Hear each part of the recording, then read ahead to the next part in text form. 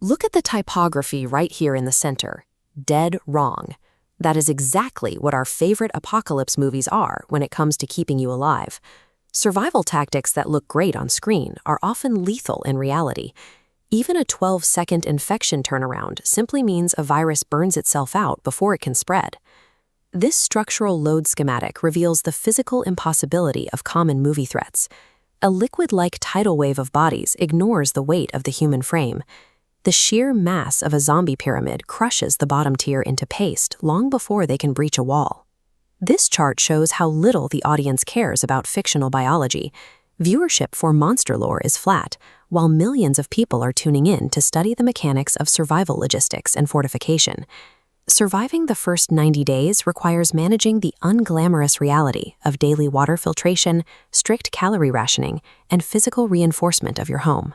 Movies favor the aesthetic of a lone survivor wandering down a silent city street.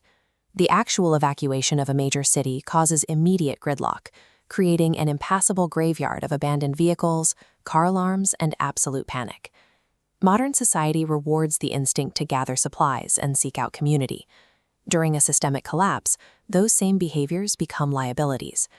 We can map these risks across 7 distinct levels of survival, tracking how clinging to pre-collapse logic turns survivors into prey. Successful survival requires choosing extreme isolation over the natural human instinct for community. This decision tree helps track the path of a typical survivor.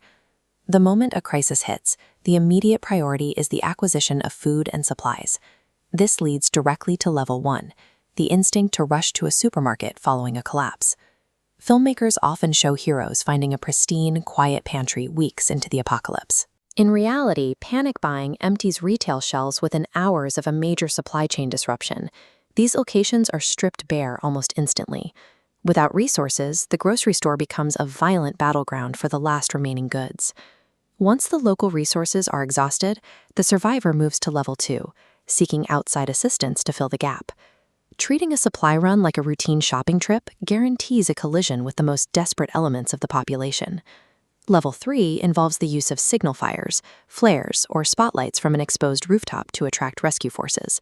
A beacon on a rooftop advertises your exact location and your access to supplies to every observer in the area. This transitions into Level 4. A distress signal does not selectively attract help.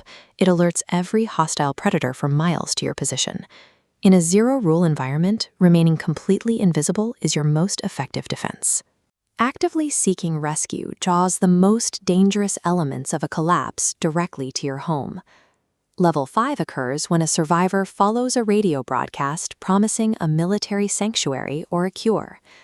These false hope fortresses follow a specific pattern: one-way communication, extreme geographic isolation, and promises that are too perfect to be credible.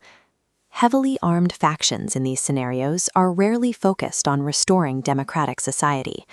Their objective is the subjugation of the remaining population. Surrendering your weapons to a group that holds all the power results in imprisonment rather than rescue. When an armed faction dictates the rules and controls the food, the promise of safety serves as a mask for exploitation. Long-term survival starts at level 6 and 7. This mindset shifts away from temporary hiding and toward building a self-sufficient sanctuary. A viable sanctuary requires 3 pillars: defensible choke points, renewable resources like wells or farmland, and a zero-profile footprint. The zero-profile rule is the most important. The most effective shelter is one that is geographically remote and completely uninteresting to anyone passing by. This level of safety requires a massive physical trade-off. It involves grueling daily labor to maintain infrastructure from scratch. True survival involves accepting that society is gone and committing to permanent self-reliance. This matrix chart plots reliance on others against survival probability. The top left quadrant shows scavenging and military rescues: high reliance, low survival. The hidden sanctuary in the bottom right proves absolute independence offers the highest chance of long-term viability. Fiction often uses a virus as the catalyst, but the enduring threat is the human exploitation that follows the collapse of our systems. To survive the first 90 days, avoid major transit hubs, extinguish signal beacons, and ignore one-way promises of salvation. Pragmatists use the Level 7 strategy to prioritize absolute independence, accepting a life outside of a social safety net.